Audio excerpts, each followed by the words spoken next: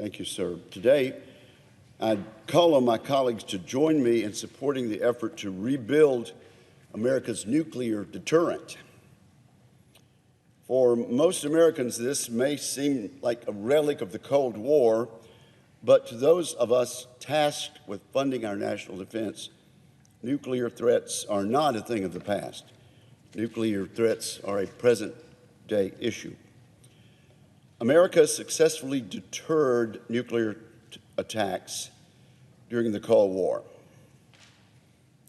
Back then, we had one clear foe, but today's national security situation is the most complex we have faced since World War II. Russia, China, and North Korea are rapidly growing their nuclear stockpiles.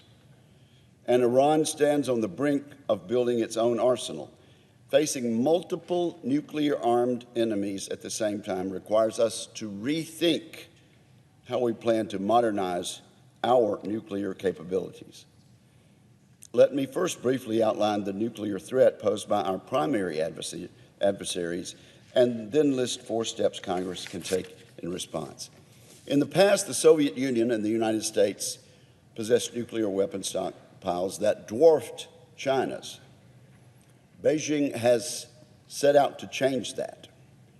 China has so rapidly expanded its nuclear arsenal that it may be a match for our own by the end of this decade. With breathtaking speed, China completed a nuclear triad of intercontinental ballistic missiles, long-range bombers, and ballistic missile submarines. China's pace and sophistication took us by surprise, frankly. We were slow to respond as China built hundreds of new ballistic missile silos. And then they developed a fractional orbital bombardment system. Orbital. That is as startling as the name sounds. With this system, China can place a nuclear warhead into the Earth's orbit and then drop it anywhere in the world with little warning. This is a fact. The U.S. and the Soviet Union negotiated away this type of weapons during the Cold War. Russia and the United States did so in part because of the extreme danger that such systems pose to global stability.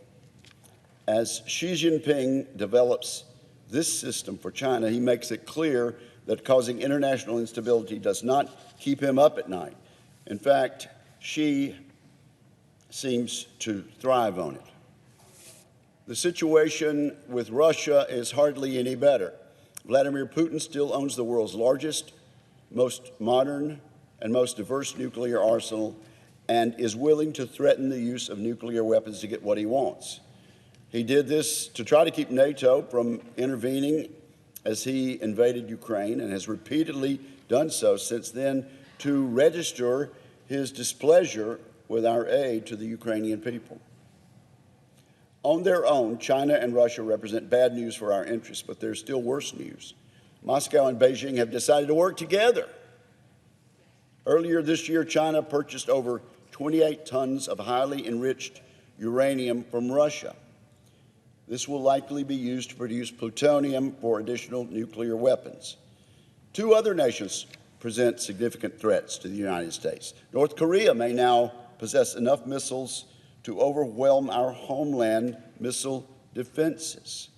They've expanded their nuclear forces with little pushback from the Biden administration.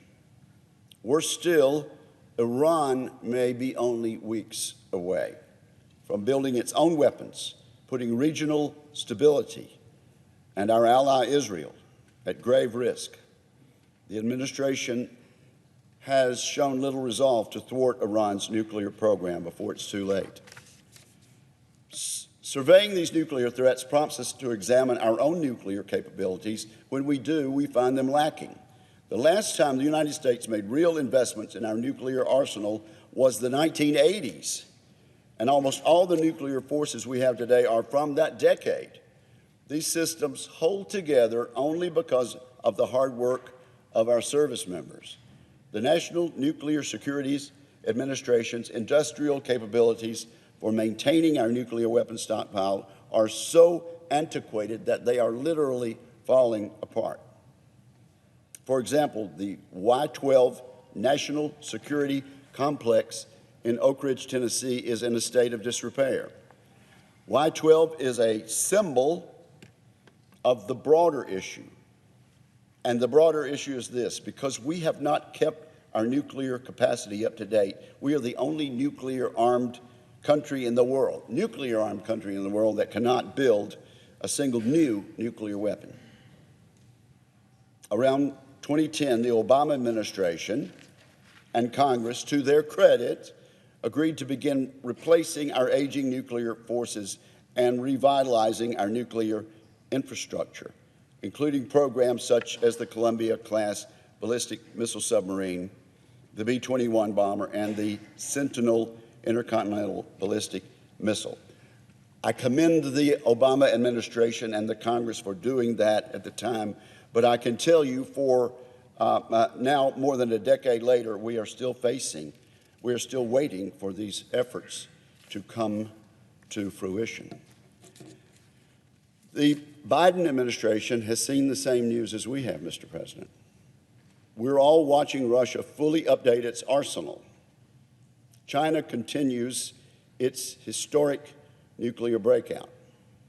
And yet the administration does not seem to take these threats seriously enough and does not hold anyone accountable for missing program development target dates. Instead, every single U.S. nuclear modernization program has been delayed, reduced in scope, or canceled. Amazingly, despite over $500 million in additional funds for the National Nuclear Security Administration last year to help restore our ability to build plutonium cores for our weapons, we see no real progress.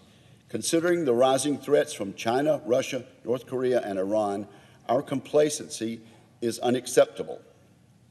I want to commend Senator King and Senator Fisher on both sides of the aisle, chairman and ranking member of the Strategic Forces Subcommittee. They've led bipartisan efforts to advance our overdue modernization programs, and I applaud them for their leadership.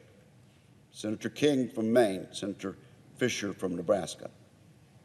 Now Congress needs to come together to take even stronger actions to ensure the Department of Defense and the National Nuclear Security Administration urgently prioritize the modernization of our nuclear forces.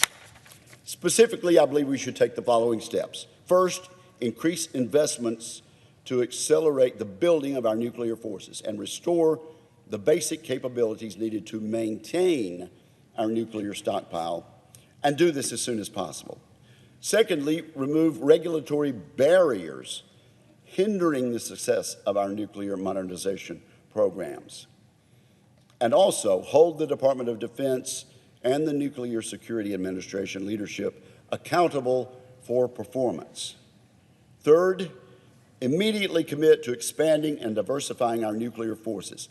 An essential first step is establishing and funding a formal program to build the sea-launched cruise missile.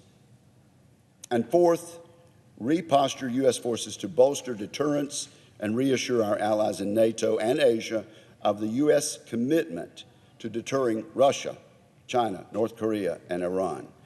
These are significant but necessary steps, Mr. President. In today's world, we must deter multiple adversaries at once. That's just the reality now. This demands the preparation and investment I have just outlined. During the Cold War, we understood what it meant to face down existential threats.